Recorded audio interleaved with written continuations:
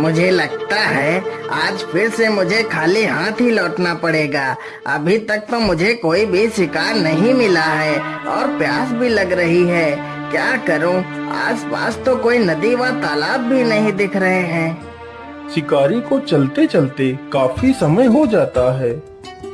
मुझे लगता है वहाँ पर कोई झरना है। हाँ हाँ, जल्दी से चलकर देख लेते हैं। अरे वाह, यहाँ तो एक झरना है। चलो जल्दी से पानी पी लेता हूँ।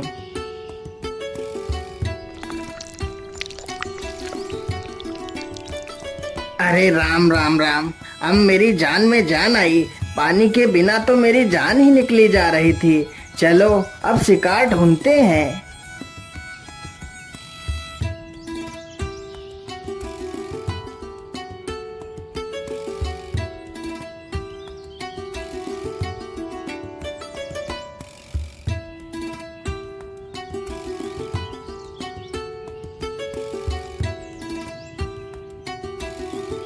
ओहो, यह इस पेड़ पर क्या बैठा है? अरे वाह, यह तो एक सुनहरा बाज है। यह बाज तो बड़ा कीमती लग रहा है। शिकारी तुरंत ही अपना धनुष बाण संभालता है और बाज पर निशाना लगा देता है।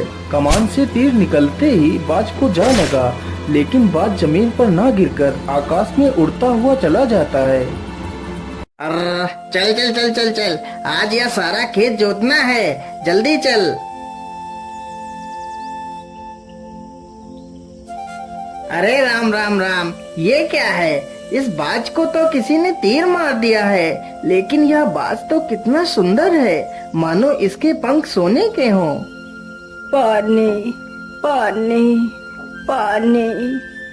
अरे ये बाज तो प्यासा है। रुको रुको, मैं तुम्हें अभी पानी पिलाता हूँ। वह किसान तुरंत जाता है और पानी का मटका उठा कर लाता है।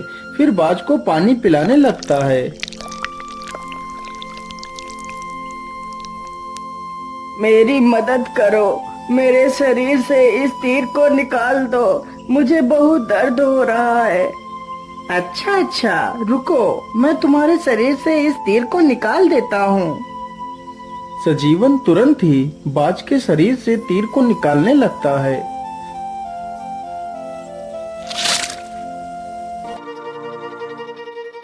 अरे राम राम राम, तीर निकालने के बाद तो खून निकलना बंद ही नहीं हो रहा है।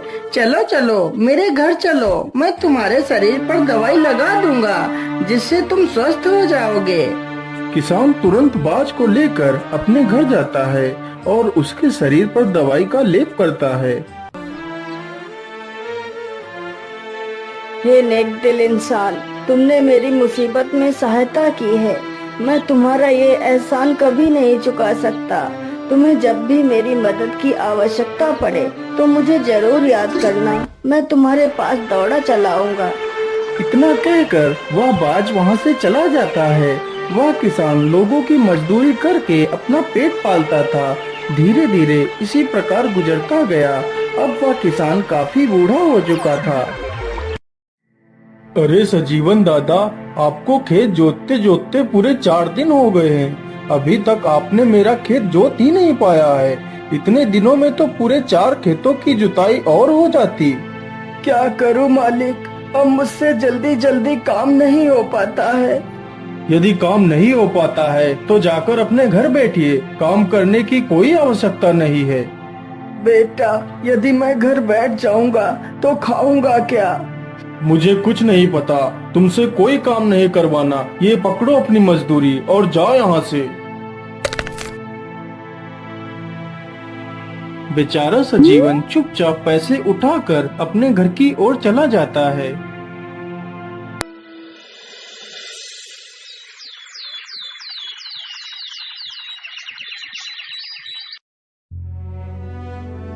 हे भगवान, अब तो मुझे अपने पास बुला ले। मुझे एक वक्त का खाना खाने के लिए भी सोचना पड़ता है। अब तो मुझसे कोई काम भी नहीं होता और ना ही मुझसे कोई काम करवाना चाहता है। मेरा गुजारा नहीं हो पा रहा है मालिक, मुझे मौत दे दो। हे प्रभु, तुम ही कोई रास्ता दिखाओ जिससे मैं 2 वक्त का खाना खा सकूं। क्यों ना मैं अपने मित्र बाज को बुलाता हूँ वह जरूर मेरे लिए खाने का प्रबंध कर देगा। हे बाज मेरे दोस्त, मुझे तुम्हारी मदद की आवश्यकता है, तुम कहाँ हो?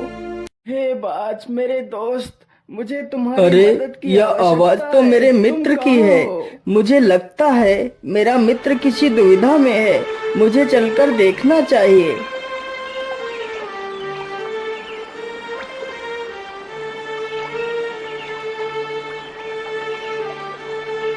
बोलिए मित्र, आपने मुझे याद किया, बोलिए क्या बात है? मेरे दोस्त, मैं बहुत मुसीबत में हूँ, मेरी सहायता करो। बोलो मित्र, तुम्हें क्या सहायता चाहिए? मेरे दोस्त, अब मैं बहुत बूढ़ा हो चुका हूँ, जिसकी वजह से अब मैं कोई काम भी नहीं कर पाता हूँ। आज मैंने 3 दिनों से कुछ भी नहीं खाया है। मेरे दोस्त, यदि तुम मेरे लिए रोज भोजन की व्यवस्था कर सको तो तुम्हारा बहुत एहसान होगा मुझ पर।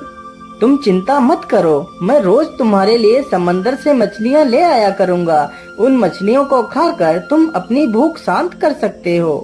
हाँ हाँ, तुम ठीक कह रहे हो बाज। बाज तुरंत ही मछलियां पकड़ने के लिए चल पड़ता है। वह चलते चलते समंदर के किनारे पहुंच जाता है।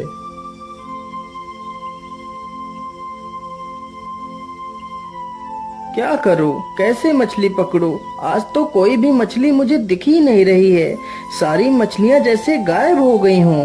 अरे वो रही मछली, चलो चलो जल्दी से इस मछली को पकड़ता हूँ।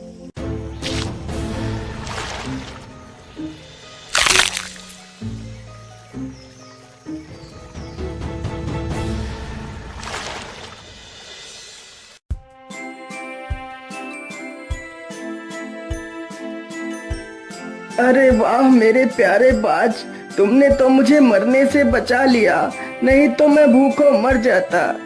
नहीं मेरे मित्र, मेरे रहते हुए तुम्हें चिंता करने की कोई आवश्यकता नहीं। मैं रोज इसी प्रकार तुम्हारे लिए मछलियाँ ला दिया करूँगा। इसी प्रकार बाज रोज मछलियां पकड़ कर लाता और उस बूढ़े व्यक्ति को देकर चला जाता।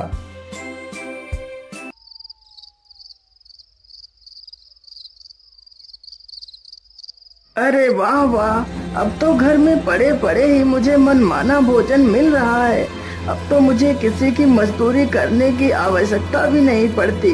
खाने को तो मैं मछलियाँ खा लेता हूँ, लेकिन मेरे पास पैसा तो एक भी नहीं है। काश मेरे पास भी ढेर सारा धन होता तो मैं भी गाड़ी बंगला खरीदता, लेकिन गाड़ी बंगला मेरी किस्मत में कहाँ।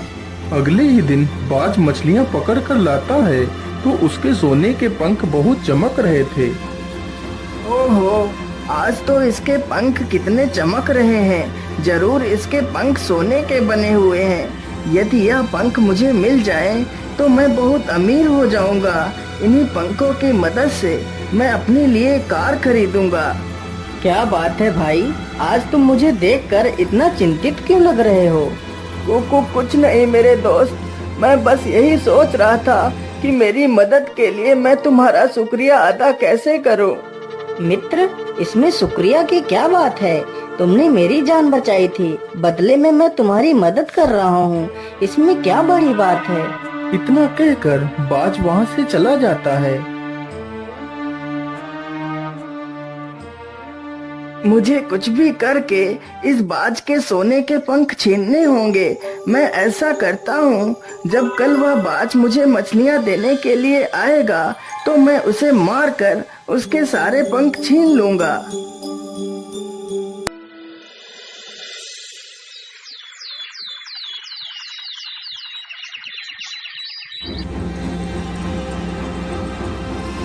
अगले ही दिन बाज जैसे ही मछलियां पकड़कर उसे देने के लिए आता है और वह जमीन पर बैठता है, तभी वह बूढ़ा व्यक्ति पीछे से आकर उस पर जोर से वार करता है और बाज को मार देता है।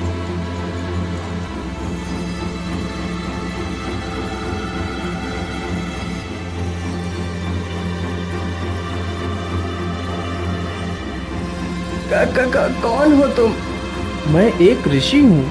मैं बहुत लालची था, जिसकी वजह से मुझे मेरे गुरुदेव ने यह श्राप दिया था कि मैं एक सुनहरा बाज बन जाऊंगा और जब कोई व्यक्ति मुझे देखकर लालच में आकर मेरी हत्या कर देगा तो मैं इस श्राप से मुक्त हो जाऊंगा और यह श्राप हत्या करने वाले पर लागू हो जाएगा और वह भी एक सुनहरा बाज बन जाएगा। और आज तुमने भी वही गलती की है जो गलती मैंने की थी।